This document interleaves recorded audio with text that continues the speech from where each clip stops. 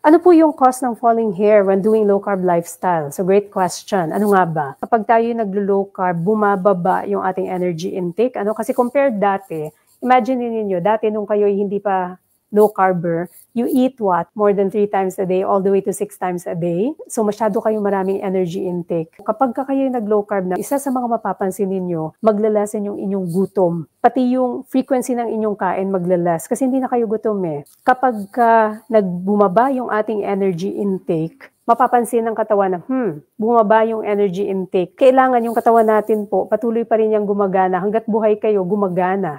Yung inyong baga, yung inyong puso, yung inyong utak, yung inyong kidneys, lahat po, gumagana pa rin. All of these things require energy. So ngayon, yung katawan, kailangan niyang rasyonin yung energy niya na bumaba na. Kailangan i-prioritize ng katawan yung mga vital organs. So for example, yung ating heart, yung ating lungs, yung ating brain. Kailangan yung energy na mapupunta sa kanila, sila yung priority. Ngayon, may mga organs na hindi ganun ka-priority. Kasama dun yung ating balat, yung ating buhok, yung ating kuko, right? Yung ating reproductive organ na apektuhan din. So, kadalasan makikita ng mga tao nagkakaroon ng falling hair. But the good news about it is, it's just a cycle. After a few months, it's gonna come back naman po. Ganun din yung pagbabago sa balat, sa kuko, even your reproductive organs, yung sabihin ng iba na yung kanilang menstruation na bago, mag-i-improve din po yan.